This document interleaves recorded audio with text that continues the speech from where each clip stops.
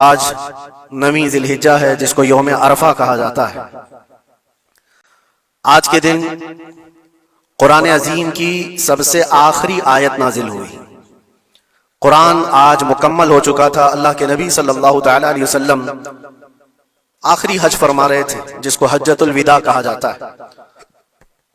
حضور پاک صلی اللہ تعالی علیہ وسلم حج کے دوران تھے اور عرفہ کا دن تھا، اور اتفاق ایسے کہ عرفہ کا دن وہ بھی جمعہ کا ہی تھا۔ جیسے آج ہم یوم عرفہ جمعہ کے دن منا رہے ہیں، یہ حسین مناسبت جو ہے حضور پاک صلی اللہ تعالی علیہ وسلم کے اس حج کے ساتھ بھی تھی۔ حضور نے جو حج فرمایا وہ عرفہ کا دن جمعہ کا تھا، اور یہ آیت نازل ہوئی الیوم یئس الذین کفروا من دینکم فلا تخشوہم واخشونی۔ آج کے دن کفار و مشرکین کافر مایوس ہو گئے تمہارا دین جو غالب آنے والا ہے۔ الیوم اکملت لکم دینکم، اللہ تعالیٰ فرماتے ہیں فلا تخشوہم واخشونی، اور تم ان سے نہ ڈرو، مجھ سے ڈرو، اور آج کے دن میں نے تمہارا دین مکمل کر دیا۔ ورضیت لکم الاسلام دینا، اور تمہیں اسلام دے کر میں راضی ہوا۔ اس طرح کی بات کسی بھی دینی کتاب میں پہلے کی نہیں آئی۔ یہودیوں کے بڑے بڑے عالم یہ کہتے تھے کہ اگر ایسی آیت ہماری کتاب میں آئی ہوتی تو ہم اس کو عید کا دن منا لیتے، جس میں اللہ نے یہ فرمایا ہو کہ میں نے تمہارا دین کمپلیٹ کر دیا، تمہارا دین مکمل ہو گیا۔ اس میں کوئی چیز باقی نہیں رہی اس دین کے اندر کہ کوئی اور نبی آئے گا اور اس کو کمپلیٹ کرے گا۔ پہلے آدم علیہ السلام سے لے کر عیسیٰ علیہ السلام تک جتنے بھی نبی آئے، ان کی شریعتیں ان کے زمانے کے لیے خاص تھیں۔ ان کے کچھ امتی تھے، کچھ علاقے تھے، وہاں تک کے لیے ان کی شریعت تھی، ان کے قانون تھے، ان کے لا تھے۔ جو کتاب تورات اتری وہ موسیٰ علیہ السلام پر، ان کا زمانہ خاص تھا۔ داؤد علیہ السلام پر زبور شریف، وہ بھی زمانہ خاص تھا، محدود لوگ تھے، سب کے اوپر نہیں تھی۔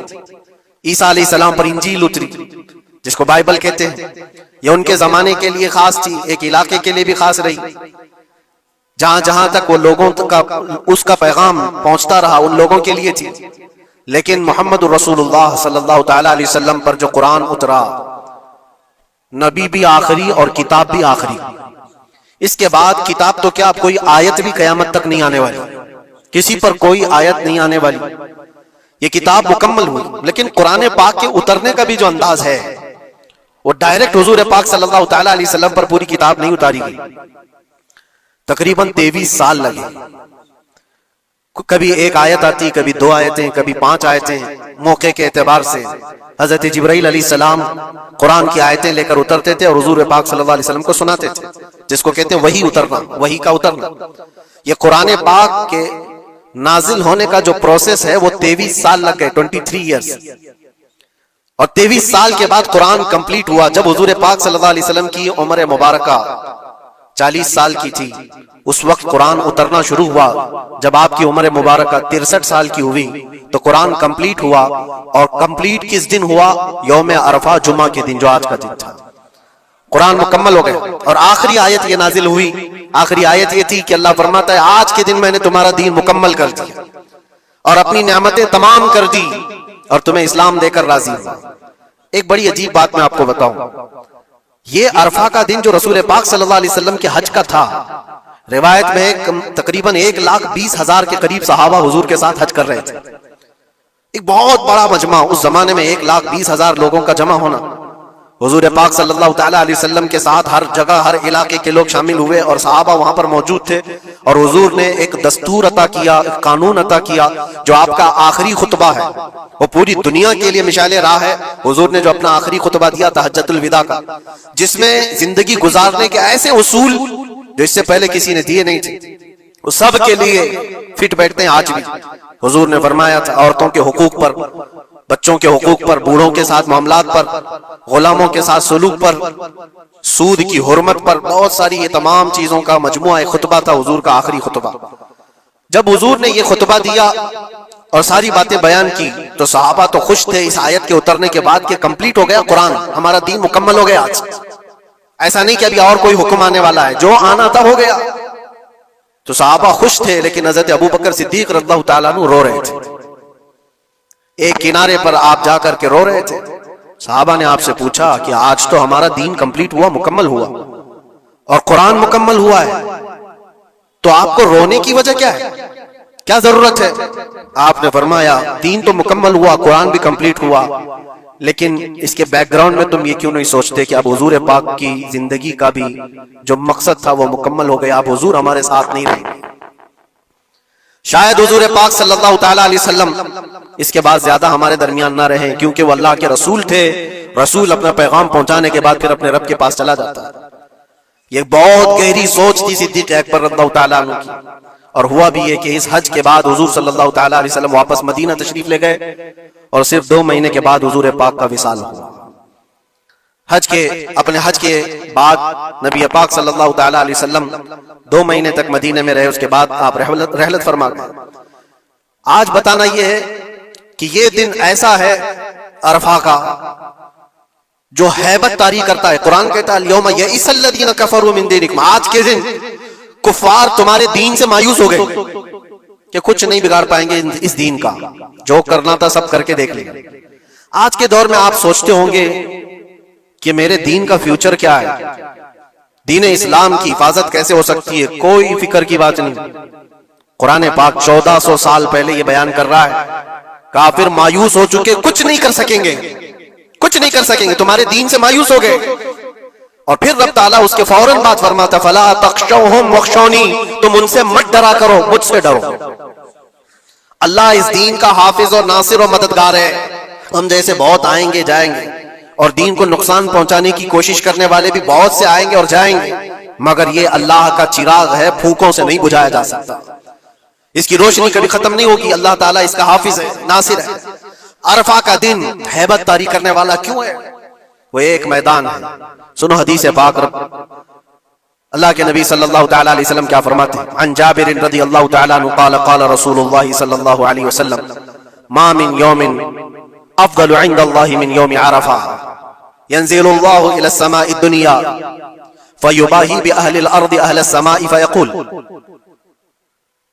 شغثا غبرا ضاحين جاءوا من كل فج عميق يرجون رحمتي فلم يروا عذابي فلم يرى يوم أكثر عتقا من النار من يوم عرفة أو كما قال رسول الله صلى الله عليه وسلم۔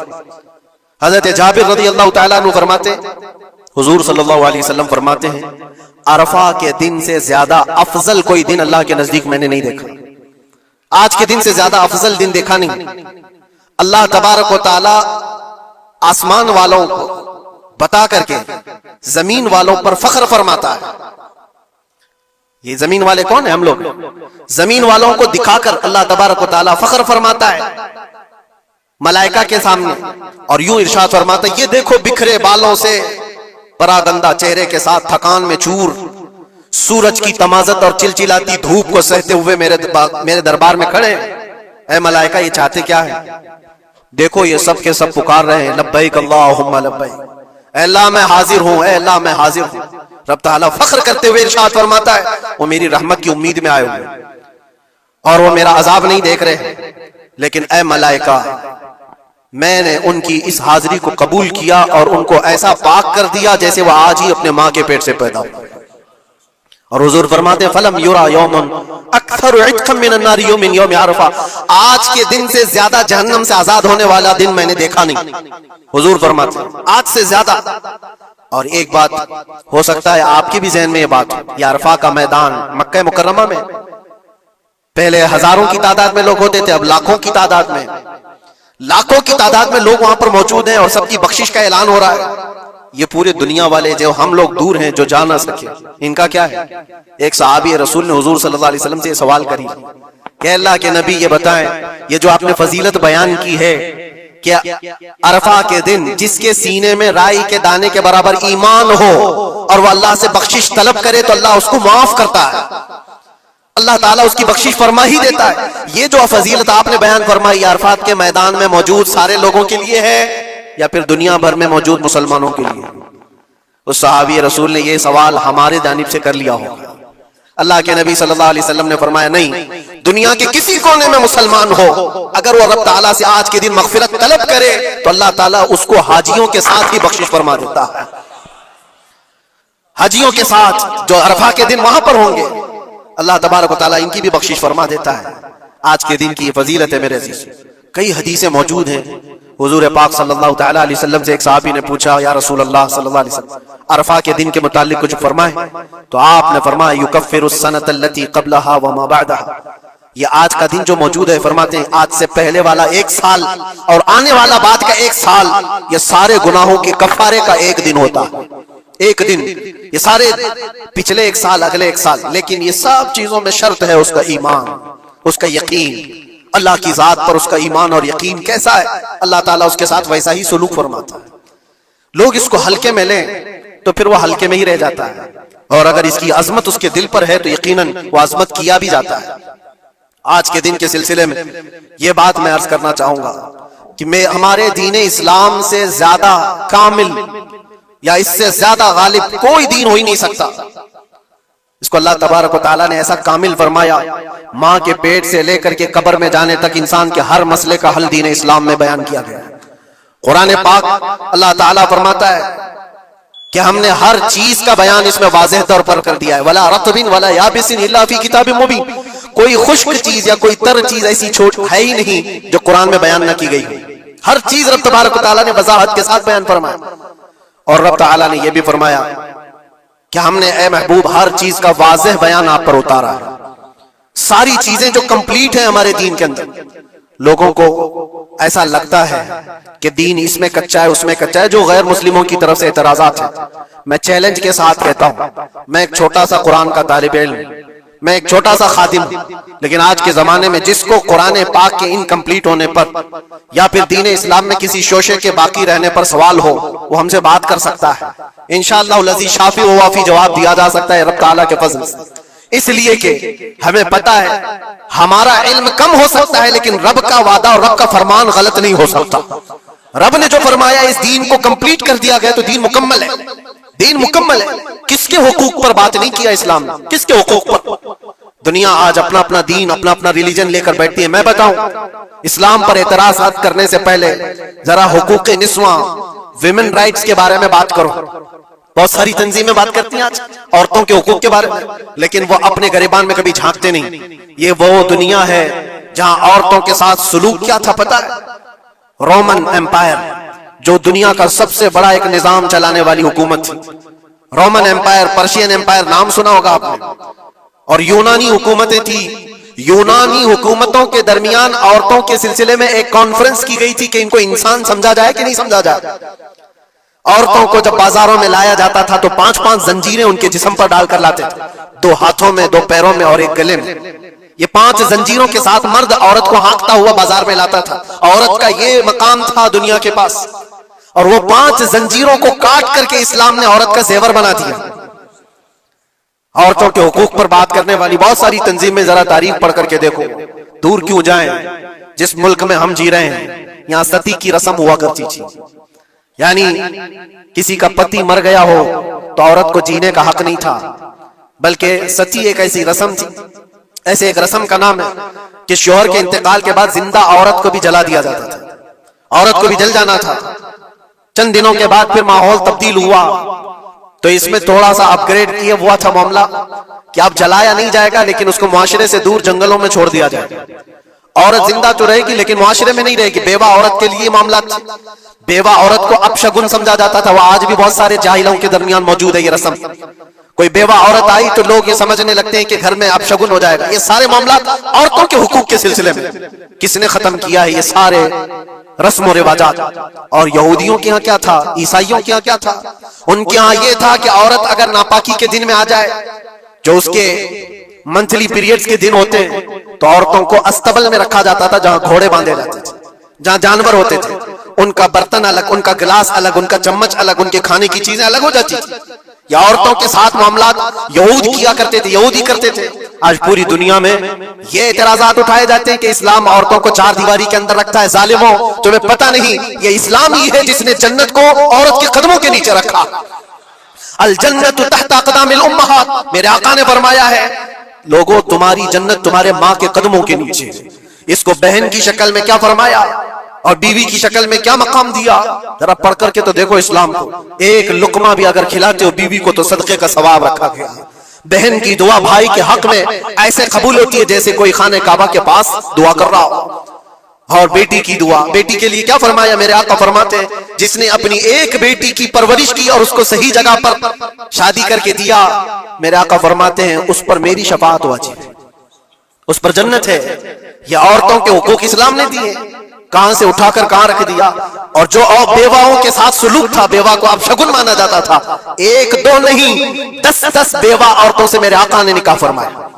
سید الانبیاء ہیں، سید الرسول ہیں۔ ارے حضور پاک صلی اللہ علیہ وسلم چاہتے نا تو بڑے بڑے بادشاہوں کی بیٹیاں حضور کے حرم میں آ جاتی، حضور پاک صلی اللہ تعالیٰ علیہ وسلم کے نکاح میں آتی حضور اگر چاہتے۔ اور عرب لوگ یہ پیشکش کر بھی چکے تھے، عرب جو ہے آ کر حضور سے کہے بھی تھے کہ تم جوان ہو محمد، اگر تم چاہو تو سب سے حسین لڑکیاں دنیا کی تمہارے پاس لا کر رکھ دیں گے، سب سے حسین لڑکیاں، سب سے مالدار لڑکیاں، کسی بادشاہ کی بیٹی ہو یا کسی بہت بڑے امیر ذاتی ہو، کوئی امیر ذاتی ہو، دوشیزہ ہو، تمہارے ہاں لا کر رکھ دیں گے۔ عربوں نے کہا تھا بس ایک شرط ہے، تم یہ دین کی دعوت دینا چھوڑ دو، تم یہ اسلام کی بات کرنا چھوڑ دو، تمہارے لیے ہر طرح کا حسن لا کر رکھ دیا جائے گا۔ میرے آقا نے ان کی اس پیشکش کو ٹھکرا کر کے 25 سال کی عمر میں 40 سال کی بیوہ سے نکاح فرمایا تھا۔ یہ حضور پاک صلی اللہ تعالیٰ علیہ وسلم نے عورتوں کے حقوق نہیں بیان فرمائے، اور آخری خطبے میں بھی حضور نے یہ حقوق بیان کیے اپنے جانے سے پہلے۔ عورتوں کے معاملات میں تم کو اللہ سے ڈراتا ہوں کہ ان کے ساتھ حسن سلوک کرو، اسلام میں کوئی چیز باقی نہیں چھوڑی حضور۔ یہ آخری خطبہ تھا حضور کا آج کے دن، عرفہ کے دن حضور نے یہ فرمایا تھا کہ آج کے دن میں اعلان کرتا ہوں کوئی گورا کالے سے افضل نہیں، کوئی عربی اجمی سے افضل نہیں، تم سب کے سب کلکم من آدم و آدم من تراب، تم سب کے سب آدم سے پیدا کیے گئے ہو اور آدم کو مٹی سے بنایا گیا۔ یہ حضور پاک صلی اللہ علیہ وسلم نے فرمایا ایکویلٹی، برابری، یکساں حقوق۔ دنیا جو کہتی ہے کہ سب کو برابر کے حقوق ہونا چاہیے، یہ سب ڈھکوسلے ہیں، دعوے ہیں، کسی کے یہاں کوئی برابری نہیں۔ برابری کس کو کہتے ہیں پتہ ہے؟ برابری اس کو کہتے ہیں کہ ایران سے کسرا کا کوئی قاصد آیا تھا مدینے میں حضرت عمر کے زمانے میں، یہ ڈھونڈنے کے لیے کہ بادشاہ کا محل کہاں ہے۔ مدینے میں لوگوں سے پوچھا کہ تمہارا بادشاہ رہتا کہاں ہے، تو لوگ ہنس کر کے کہے ہمارا بادشاہ ہوتا ہی نہیں۔ کہا پھر کیا ہوتا ہے؟ کہا امیر المومنین۔ کہا اچھا وہی امیر المومنین، اس کا محل کہاں ہوتا ہے؟ پھر لوگ ہنس پڑے، کہا اس کا محل نہیں ہوتا ہے، اس کا محل ہی نہیں ہوتا ہے۔ کہا پھر کہاں ہے؟ کہا دیکھو وہ پیپل کے جھاڑ کے نیچے سو رہا ہوگا۔ ایران کا قاصد آیا ہوا ہے جن کی پوری فوج میں سرسری چھا جاتی تھی عمر ابن خطاب کے نام سے، وہ پیپل کے جھاڑ کے نیچے سو رہا ہے۔ وہ آیا اور جا کر کے دیکھا تو ایک درخت کے نیچے حضرت عمر فاروق ننگی پیٹ آرام فرما رہے ہیں۔ برابری کی بات یہ دنیا کرتی ہے لیکن کوئی ایکویلٹی کسی کا نہیں ہے۔ ہم نے بہت سارے ملک دیکھے، بہت ساری جگہوں پر ہم نے دیکھا ہے امیروں کے لیے الگ قانون ہے، غریبوں کے لیے الگ قانون ہے۔ بادشاہ کا بیٹا جرم کرے تو اس کے لیے 100 خون معاف ہے، غریب اگر چھوٹی سی بھی جرم کرے تو سالوں وہ سلاخوں کے پیچھے رہ سکتا ہے۔ یہ ایکویلٹی کی بات دنیا کرتی ہے، اور اسلام جس ایکویلٹی کی بات کرتا ہے وہ کیا ہے؟ نبی پاک صلی اللہ تعالیٰ علیہ وسلم اپنے آخری دنوں میں، یہ آخری دن ہے، صحابہ کو جمع کر کے فرماتے ہیں کہ میرے جانے کا دن قریب آ چکے، تم میں سے کسی کا کوئی حق باقی ہے تو مجھ سے لے سکتا ہے، کوئی حق باقی ہے۔ وہ سید الانبیاء ہے جن کی ایک زبان پر اللہ تبارک و تعالیٰ کسی کو جنت عطا کرے، وہ رسول کہتا ہے کہ تم میں سے کسی کو کوئی حق باقی ہے تو لے سکتا ہے۔ صحابہ خاموش تھے لیکن ایک صحابی کھڑے ہو گئے، کہا میرا ایک حق باقی ہے۔ ایسا بھی ایک دین ہے، حضور سے کہتے میرا حق باقی ہے۔ حضور نے فرمایا کیا باقی؟ آج لے سکتے ہو۔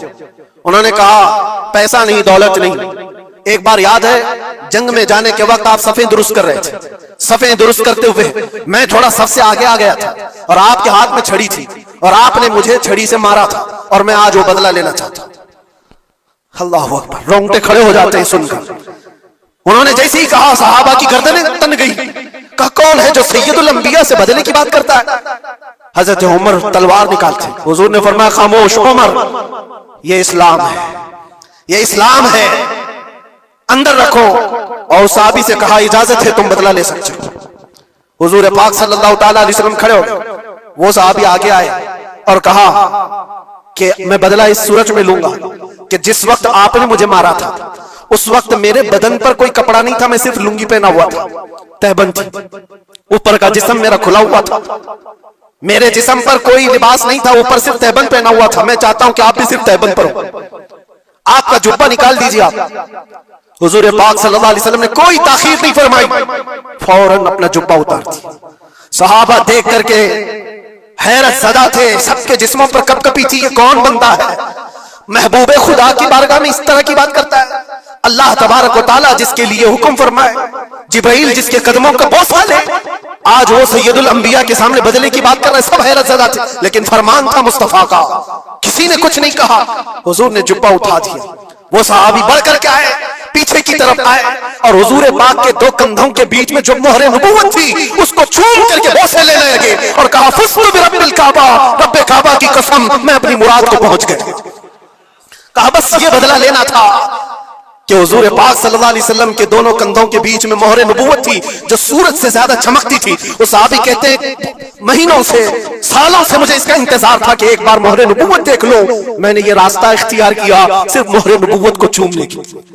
واقعات تو اپنی جگہ پر، لیکن حضور سید الانبیاء نے اپنے آپ کو جو پیش فرمایا، بتاؤ کوئی اس سے زیادہ ایکویلٹی کی بات کر سکتا ہے؟ کوئی آئے جواب دینے کے لیے جنتا کے سامنے تو پتا چلے وہ صرف دین اسلام ہے۔ آج کے دن حضور کا یہ خطبہ بھی تھا، حضور نے فرمایا جاہلیت کی جتنی رسمیں تھی آج میں ان کو پیروں سے رون دیتا ہوں۔ حضور نے فرمایا سب کو میں نے رون دیا، اور جتنے بھی سود کے معاملات تھے میں نے سب کو ختم کر دیا۔ سود کو حضور نے حرام فرمایا۔ مسلمانوں اس بری بلا میں کبھی نہ پڑنا، اس لیے کہ میں نے اپنے مطالعے میں دیکھا اس سے زیادہ ہلاک تو سنگلاخ زمین ہے، صحرا، پانی کی قلت، یہ تمام چیزیں عرب میں موجود ہیں، لیکن اسلام کی ترویج و اشاعت کے لیے اس زمین کو منتخب کیا گیا ہے۔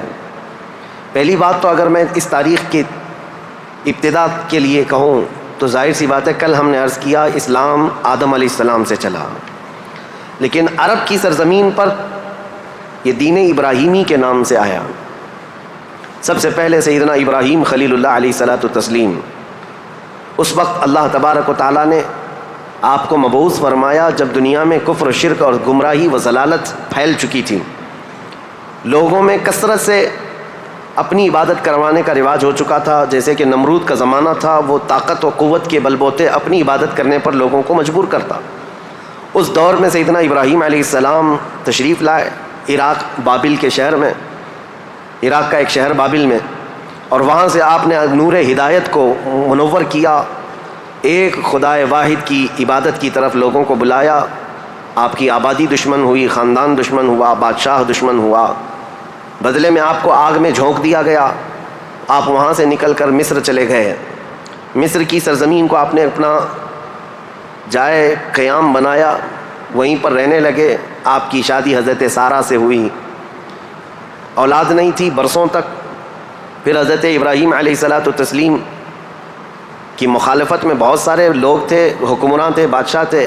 ایک وقت ایسا آیا کہ مصر کا ایک بادشاہ جو آپ کی مخالفت میں بہت زیادہ آگے تھا، لیکن اللہ تعالیٰ نے اس کے سینے کو نور ہدایت سے روشن کیا، پھر وہ آپ کی عزت و تکریم کیا۔ پھر اس بادشاہ نے اپنی بیٹی ہاجرہ کو ابراہیم علیہ السلام کے ساتھ بیاہ کر دیا۔ شروع سے میں تاریخ میں چل رہا ہوں، سب کو ذہن حاضر رکھنا ضروری ہے کہ حضرت ابراہیم علیہ السلام کو حضرت ہاجرہ دوسرے نکاح میں آئیں، یہ بادشاہ کی بیٹی تھیں، اور ہوا یہ کہ دو بیویاں ایک گھر میں رہیں، معاملات الگ ہو جاتے ہیں۔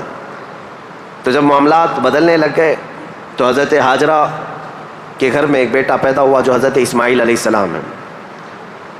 تو حضرت ابراہیم علیہ السلام کو حکم الہی ہوا کہ اس ماں اور بیٹے کو الگ رکھا جائے اور پہلی بیوی کو الگ رکھا جائے۔ تو ابراہیم علیہ السلام حضرت سارہ کو مصر میں ہی چھوڑ دیے اور حضرت ہاجرہ اور حضرت اسماعیل علیہ السلام کو لے کر عرب کی سرزمین میں داخل ہوئے۔ یہاں سے عرب کی تاریخ شروع ہوتی ہے۔ عرب کی سرزمین کو آباد کرنے والے پہلے انسان ابراہیم علیہ السلام ہیں۔ عرب میں بھی ساری زمین کا انتخاب نہیں، عرب کا جو مرکزی علاقہ تھا وہ مکہ مکرمہ تھا۔ مکہ مکرمہ اور خانہ کعبہ جو آج جہاں پر ہے وہ دنیا کے مرکز میں واقع ہے، سینٹر میں واقع ہے۔ ابراہیم علیہ السلام وہاں تشریف لائے۔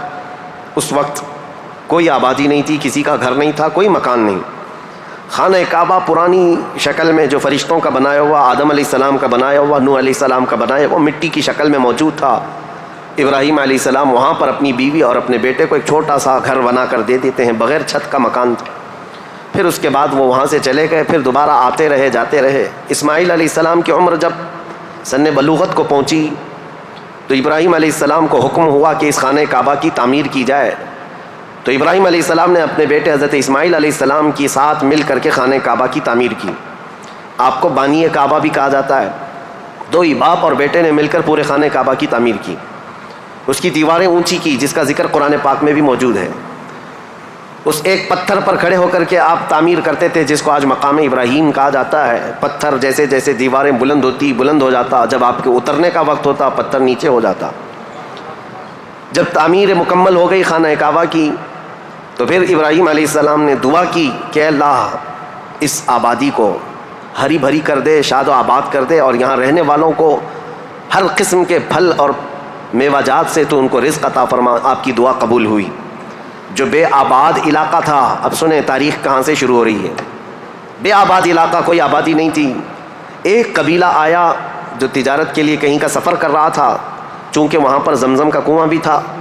تاریخ میں آپ کو پتہ ہے حضرت اسماعیل علیہ السلام کی ایڑیوں سے زمزم کا کنواں نکلا, اور وہ پانی کا سوتا چشمہ ایسا تھا کہ کنٹینیو جاری, بلکہ آج تک جاری ہے. تو ایک قبیلہ وہاں سے سفر کر رہا تھا جس کو قبیلہ بنو جرہم کہا جاتا ہے. وہ وہاں کی خوبصورتی کو دیکھ کر, وہاں کے پانی کی فراوانی کو دیکھ کر وہیں پڑاؤ ڈال لیے اور وہیں رہ گئے, بس گئے. یہ پہلا قبیلہ ہے جو مکہ میں آباد ہوا, قبیلہ بنو جرہم. پھر حضرت اسماعیل علیہ السلام نے اسی قبیلے کی ایک لڑکی سے شادی بھی فرمائی, اور حضرت اسماعیل علیہ السلام کے گھر میں 12 بیٹے پیدا ہوئے.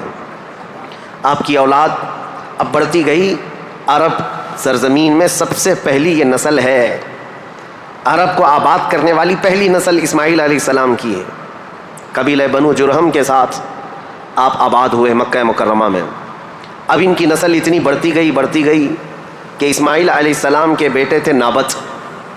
ان کے ہاتھ میں خانہ کعبہ کی تولیت آئی. خانہ کعبہ کی حفاظت اور اس کی ذمہ داریوں کا یہ سارا انتظام آپ کا تھا. چند دنوں کے بعد پھر ایسا ہوا کہ قبیلہ بنو جرہم کے لوگوں نے, جو حضرت اسماعیل علیہ السلام کے سسرال تھے, خانہ کعبہ کی تولیت پر انہوں نے قبضہ کر لیا. اسماعیل علیہ السلام کی اولاد نے کوئی بھی ان کے ساتھ جھگڑا نہیں کیا, کسی بھی طرح کا برا برتاؤ نہیں کیا, کیونکہ ننیہال کے تھے. تو کئی سالوں تک قبیلہ بنو جرہم کا خانہ کعبہ پر قبضہ باقی رہا, لیکن انہوں نے بدعنوانیاں شروع کر دیں. خانہ کعبہ کے پاس لوگ جو دور دور سے آتے تھے دنیا میں, حاجی, اس وقت بھی ہر سال حج ہوا کرتا تھا, ان کے ساتھ برا سلوک کرنا, ان سے چڑھاوے لینا, ان سے زیادہ مانگ کرنا, یہ سب چیزیں ہونے لگی. تو پھر حضرت اسماعیل علیہ السلام کی اولاد نے دوبارہ خانہ کعبہ کی تولیت اپنے ذمے لے لی. تولیت کہتے ہیں ذمہ داری, جسے متولی کہا جاتا ہے. جیسے مسجد کا متولی ہوتا ہے, تولیت اسی کو کہتے ہیں. خانہ کعبہ کی خدمت کی ذمہ داریاں. اب یہ زمانہ چلتا رہا. میں آپ کو پہلے یہ خاندانی معاملات بتا رہا ہوں, اس کے بعد پھر یہاں کے سیاسی حالات بھی بتاؤں, اور پھر مذہبی حالات بھی آپ کو بتاؤں, تاکہ اسلام کی تاریخ کو سمجھنے کے لیے اس کا بیک گراؤنڈ بھی سمجھنا بہت ضروری ہے. پس منظر کیا تھا یہ معلوم ہونا ضروری ہے. اب اسماعیل علیہ السلام کی اولاد میں عدنان ایک شخص پیدا ہوئے جو آل اسماعیل میں بہت ہی معزز انسان تھے. اکثر صحابہ کرام کا اور خود رسول اللہ صلی اللہ علیہ وسلم کا نسب حضرت عدنان تک پہنچتا ہے. وہ ہمارے آقا صلی اللہ تعالیٰ علیہ وسلم کے جد امجد بھی ہیں.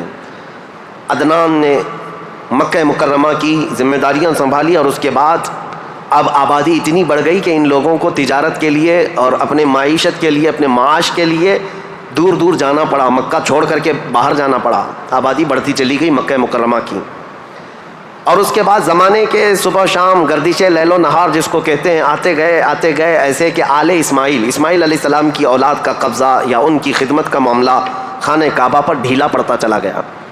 پھر کوئی دوسرا قبیلہ آیا بنو خزاعہ, انہوں نے خانہ کعبہ کی تولیت اپنے حصے میں لے لی. اب جو اصل تاریخ شروع ہوتی ہے وہ میں بتانا آ رہا ہوں. تو برسوں برس اسی طرح سے گزرتے گئے, اور پھر ایک شخص پیدا ہوئے جن کا نام فہر تھا. یہ اسماعیل علیہ السلام کے اولاد میں فہر نام ہے. فہر کا ایک لقب تھا قریش, اور یہیں سے قریش خاندان کی ابتدا ہوتی ہے. قریش ان کا لقب تھا اور اصل نام تھا فہر بن غالب. تو حضرت فہر جو رسول اللہ صلی اللہ علیہ وسلم کے پردادا ہوتے ہیں, یہ پیدا ہوئے اور ان کی اولاد ہوئی.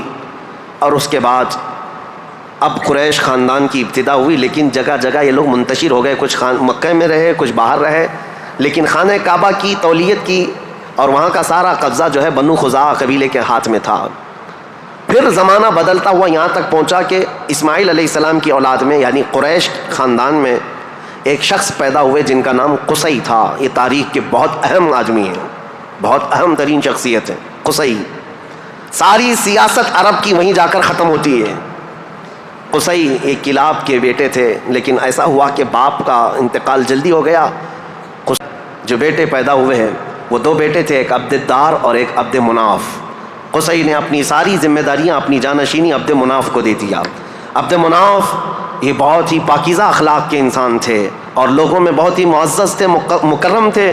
عبد مناف کے ذمے میں جو کام آئے تھے وہ جس طرح ان کے باپ قصی نے بانٹے تھے۔ اس کے بعد عبد مناف کے بیٹے پیدا ہوئے جو عرب قبیلوں میں نہیں، قریش خاندان میں سب سے افضل انسان سمجھے جاتے تھے، وہ حضرت ہاشم ہیں۔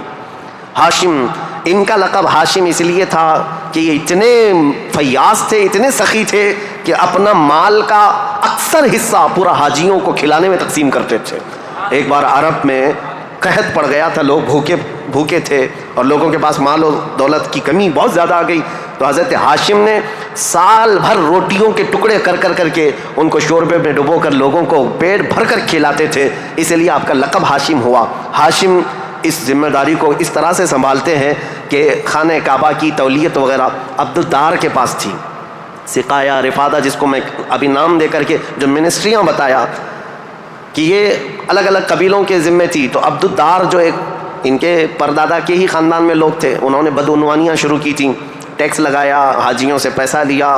یہ تمام چیزیں ہونے کی وجہ سے حضرت ہاشم نے وہ ذمہ داریاں بھی اپنے ہاتھ میں لے لیں۔ اب قریش خاندان میں حضرت ہاشم کے پاس جو ذمہ داریاں تھیں وہ یہ تھیں کہ آپ رفادہ یعنی حاجیوں کو مالی مدد دینے کے بھی آپ ہی ذمہ دار تھے، سقایہ مینا میں حاجیوں کو پانی پلانے کے ذمہ دار بھی آپ ہی تھے، اور سدانہ خانہ کعبہ کی چابی اور کلید بردار جو کہتے ہیں وہ بھی ذمہ داریاں آپ نے لے لی تھی۔ اتنا ہی نہیں، ندوہ ایک وہاں کی ایسی بیٹھک کا نام ہے جو عدالت بھی ہے، پارلیمنٹ بھی ہے، مشورے کی جگہ ہے، جہاں سب کے فیصلے کیے جاتے تھے، وہ بھی حضرت ہاشم کے ذمے میں تھی۔ حضرت ہاشم، ان کا بھی معاملہ ایسا ہوا کہ انہوں نے شادی فرمائی اور ان کے ہاں ایک ہی بیٹا پیدا ہوا جن کا نام شیبہ تھا۔ حضرت ہاشم کے گھر ایک بیٹا پیدا ہوا شیبہ، اور اس کے بعد حضرت ہاشم کا انتقال ہو گیا۔ شیبہ بچپن میں ہی اپنے باپ سے محروم ہوئے، اور ان کے چچا تھے مطلب جن کا نام تھا، ہاشم کے بھائی، سگے بھائی تھے۔ مطلب نے یہ شیبہ کو گود لے لیا اور پرورش کی، اور اتنی اچھی پرورش کی کہ لوگ جو ہے شیبہ کو ان کے اصلی نام کی بجائے مطلب کا غلام یا مطلب کا بیٹا کہتے ہوئے عبد المطلب ہی کہنے لگ گئے۔ یہ عبد المطلب میرے آقا صلی اللہ تعالیٰ علیہ وسلم کے سگے دادا ہیں، عبد المطلب، ان کا اصل نام شیبہ ہے۔ اب یہ خانہ کعبہ کی تولیت کی ذمہ داری سب سے لمبے عرصے تک سنبھالنے والے یہی ہیں، کافی لمبا ٹائم ان کو ملا۔ عبد المطلب کے زمانے میں ہی وہ اصحاب فیل کا واقعہ پیش آیا جو ابرہہ بادشاہ خانہ کعبہ کو ڈھانے آیا تھا، یہ حضرت عبد المطلب کے زمانے میں پیش آیا۔ حضرت عبد المطلب کے بھی تقریباً کافی اولاد ہوئیں، بیٹے ہوئے 12 کے قریب ان کی بھی اولاد ہوئیں۔ آپ نے ایک منت مانی تھی کہ اگر میں اپنے سارے بچوں کو جوانی کی حالت میں دیکھ لوں تو ان میں سے ایک بیٹا اللہ کی راہ میں قربان کر دوں گا۔ جب سارے بچے آپ کے جوان ہو گئے تو حضرت عبد المطلب خانہ کعبہ کے پاس گئے، اور اس کے بعد آپ نے قرعہ اندازی کی اپنے بیٹوں کے نام نکال کر کے کہ کس بیٹے کا نام نکلے گا جس کو قربان کیا جائے۔ تو آپ نے جب قرعہ اندازی کی تو آپ کے چھوٹے بیٹے حضرت عبداللہ کا نام نکلا، قربانی کے لیے حضرت عبداللہ کا نام نکلا۔ حضرت عبد المطلب کے وہ سب سے زیادہ محبوب تھے، نور نظر تھے۔ آپ نے سارے لوگوں سے مخاطب ہو کر کے کہا کہ اس مسئلے کو کیسے حل کریں، تو سارے لوگوں نے کہا کہ اللہ رب العزت کے معاملہ اللہ کے حوالے اس کو چھوڑ دو۔ پھر آپ نے خواب میں دیکھا کہ اس کا معاملہ ایسا ہے کہ اپنے اس نور نظر محبوب بیٹے کی قربانی کی بجائے ان کی جگہ 100 اونٹ قربان کر دیے جائیں، تو 100 اونٹ قربان ہوں گے لیکن آپ کے بیٹے کی قربانی بھی مان لی جائے گی کہ آپ نے بیٹے کو بھی قربان کیا۔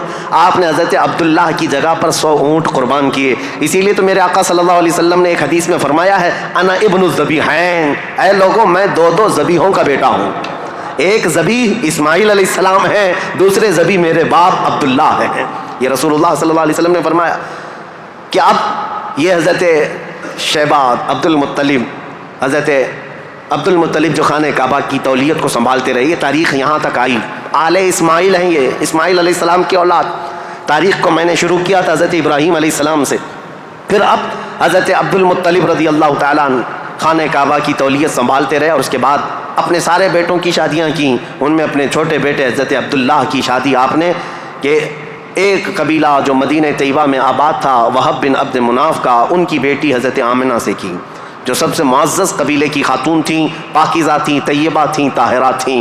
رسول پاک صلی اللہ تعالیٰ علیہ وسلم کے والد ماجد عبداللہ نے حضرت آمنہ سے شادی کی.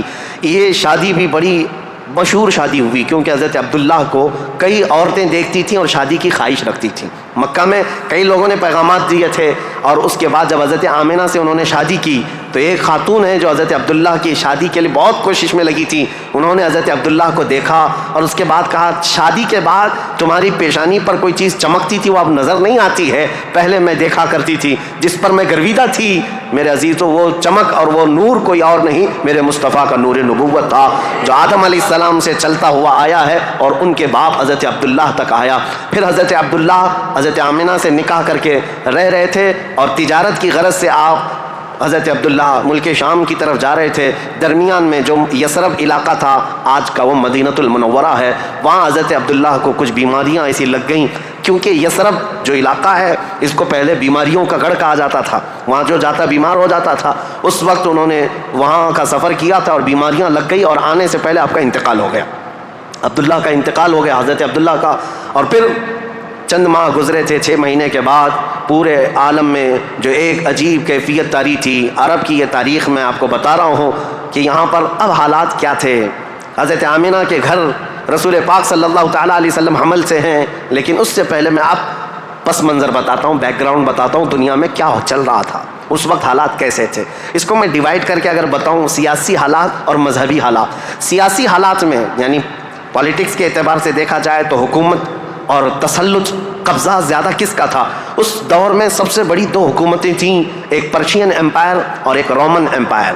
روم کی حکومت اور فارس کی حکومت، ان دونوں کا بہت بڑا اثر اور رسوخ تھا. پوری دنیا کی بات کر رہا ہوں، یہ سپر پاور طاقتیں تھیں. عرب میں بعض لوگ پرشین امپائر کے انڈر میں کام کرتے تھے، بعض لوگ رومن امپائر کے انڈر میں کام کرتے تھے. مذہب کے اعتبار سے ہم بعد میں بات کرتے ہیں. اب یہ حالات تھے کہ حکومت اور تسلط، قبضہ، سیاسی اثر و رسوخ سب سے زیادہ یہ 2 حکومتوں کا تھا، جس کی وجہ سے آئے دن نئی نئی جنگیں ہوتی تھیں. رومن امپائر یہ چاہتی تھی کہ دنیا پورا قبضہ کر لیں، پرشین امپائر یہ چاہتے تھے کہ پوری دنیا ہم قبضہ کر لیں. اس آڑ میں 2 سپر پاور کے ٹکراؤ میں پوری دنیا میں جنگیں روز روز چلتی رہتی تھیں. یہ حالات تھے سیاسی. عرب لوگوں کی خود کی کوئی حکومت نہیں تھی، ان کی خود کی کوئی حکومت نہیں تھی، لیکن وہی مکہ مکرمہ سے جو ان کے خاندانی حالات کی سرداری چلتی تھی بس. لیکن دنیاوی حکومت کے اعتبار سے یہ لوگ پرشین امپائر کے انڈر میں کام کرتے تھے یا پھر رومن امپائر کے انڈر میں کام کرتے تھے. یہ 2 طرح کی حکومتیں چل رہی تھیں. اب مذہبی حالات کے اعتبار سے دیکھا جائے تو میں 4 حصوں میں تقسیم کرتا ہوں پوری دنیا کو، 4 حصوں میں. فارس، جس کو آج پرشیا کہیں آپ، ایران جو آج کے دور کا ہے، اس کی سرحدیں اور بھی بڑی تھیں، بلند تھیں. پرشیا یا جس کو اس وقت پرشین امپائر کہا جاتا ہے. مذہبی حالات کیا تھے ان کے؟ مذہبی حالات اتنے خطرناک تھے کہ ان کے ہاں شروع سے کبھی ایک خدا کا تصور آیا ہی نہیں. یہ شرک میں ہی مبتلا رہی قوم ہے، ہمیشہ بتوں کی، ہمیشہ آگ کی پرستش کرنے میں سب سے زیادہ مشہور قوم ہے یہ پرشیا کے لوگ، یعنی فارس کے لوگ. آگ کی پوجا میں ان کا کوئی نام ثانی نہیں تھا. 1000 سال تک ایک آگ کو بجھنے نہیں دیتے تھے یہ لوگ. اس طرح کئی بت کدے تھے، کئی آتش کدے تھے. یہ فارس کے علاقے میں یہ حالات تھے کہ ایک خدا کا تو تصور ہی نہیں تھا، اور غلبہ ایسا تھا کہ جو حاکم ہوتا تھا اس کی عبادت کی جاتی تھی، جو مال والا ہے اس کے سامنے سجدے ہوتے تھے، جس کی طاقت ہے اس کے سامنے جھک جائے.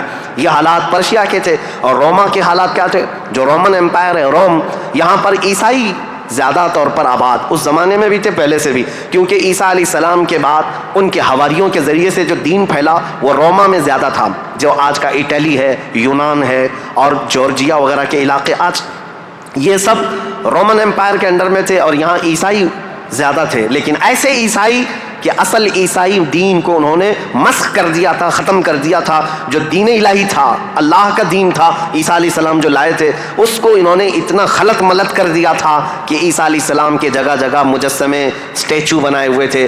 مریم علیہ السلام، سیدہ مریم رضی اللہ تعالیٰ عنہا کو انہوں نے ساتھ میں پوجنا شروع کر دیا. تثلیث کا عقیدہ، ٹرائنیٹی جس کو یہ کہتے ہیں، 3 خداؤں کا تصور ان کے گھر میں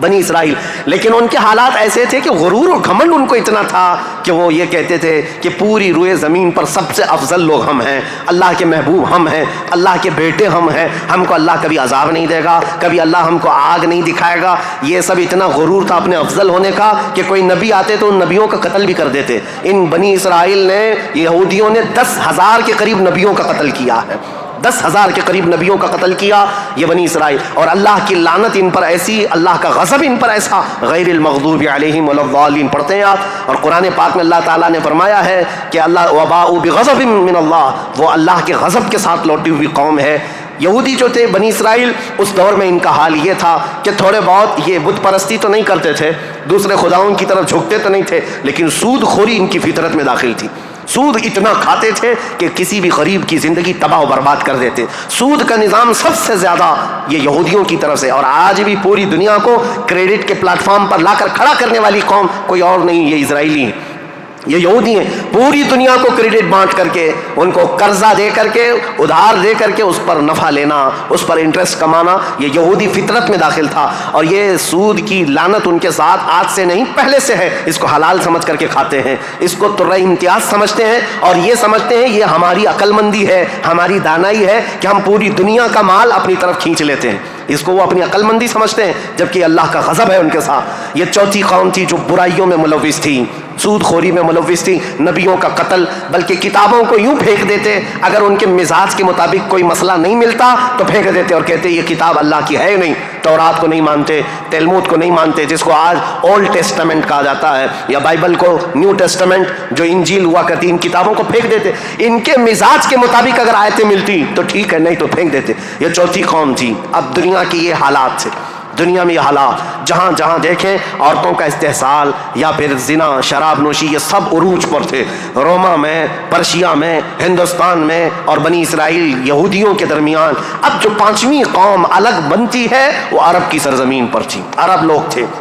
عرب جو آل اسماعیل ہیں, اسماعیل علیہ السلام کی اولاد, یہ آئے تھے اللہ تعالیٰ کے منتخب زمین پر, لیکن کثرت سے ان کے ہاں بھی برائیاں گھر کر گئی تھیں. یہ ایسے ہو گئے تھے کہ ان کے ہاں بتوں کی تراشنے کی عادت بڑھ گئی. انہوں نے اپنے ہاتھوں سے خدا بنا لیے تھے. خانہ کعبہ جو مرکز تھا وحدانیت کا, اس خانہ کعبہ کے اندر بھی انہوں نے بت رکھ دیے تھے. اور خانہ کعبہ کی چھت پر ایک بت ہوا کرتا تھا جس کا نام حبل تھا, ایک بت تھا جس کا نام عزا تھا. اس کی پوجا کرنا تو حج کے ارکان میں شامل کر دیا تھا, حج کے ارکان میں تھا عزا کی پوجا کرنا. یہ حبل وہاں پر تھا, لات ایک بت کا نام تھا, عزا تھا, منات تھا. یہ سب بتوں کے نام ہیں جو انہوں نے کوئی صفا مروہ پر رکھ دیے تھے, کچھ کو خانہ کعبہ کی چھت پر رکھا تھا, کچھ کو دروازے کے اندر رکھا تھا. طواف کرتے تھے ان بتوں کے سامنے آ کر کے, ننگے طواف کرتے تھے, بغیر کپڑے کے خانہ کعبہ کا طواف کرتے, ایک ہاتھ آگے اور ایک ہاتھ پیچھے رکھ کر کے, مرد ہو کہ عورتیں ہو, اس طرح سے وہ خانہ کعبہ کا طواف کرتے. یہ برائیاں ان کے ہاں بہت اخلاقی پستی میں گرتے چلے آئے. اور اس کے بعد یہ بت پرستی اتنے عروج پر ہو گئی, اتنے عروج پر ہو گئی کہ یہ اپنے خداؤں کے چڑھاوے اتنے